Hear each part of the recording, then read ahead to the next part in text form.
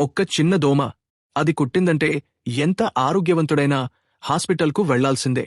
ఒక చిన్న దోమ ఎలా ప్రాణాంతక రోగాలను వ్యాప్తి చేస్తుందో చూద్దాం. జనరల్గా దోమలు రోగాలను పుట్టించవు. అవి ఒకరి నుంచి ఇంకొకరికి రోగాలను ట్రాన్స్ఫర్ చేస్తాయి. ఫర్ ఎగ్జాంపుల్, ఒక ఇన్ఫెక్టెడ్ వ్యక్తిని దోమ కుట్టినప్పుడు వైరస్ లేదా పరాన్నజీవులు రక్తంతో పాటు దోమ శరీరంలోకి వెళ్తాయి. ఆ వైరస్ దోమ శరీరంలో కొన్ని రోజులు పెరుగుతుంది. తర్వాత అదే దోమ ఒక ఆరోగ్యమైన వ్యక్తిని కుట్టినప్పుడు దోమ లాలజలంతో పాటు ఆ వైరస్ మన శరీరంలోకి ప్రవేశిస్తుంది. అయితే ఇక్కడ ఒక చిన్న సందేహం.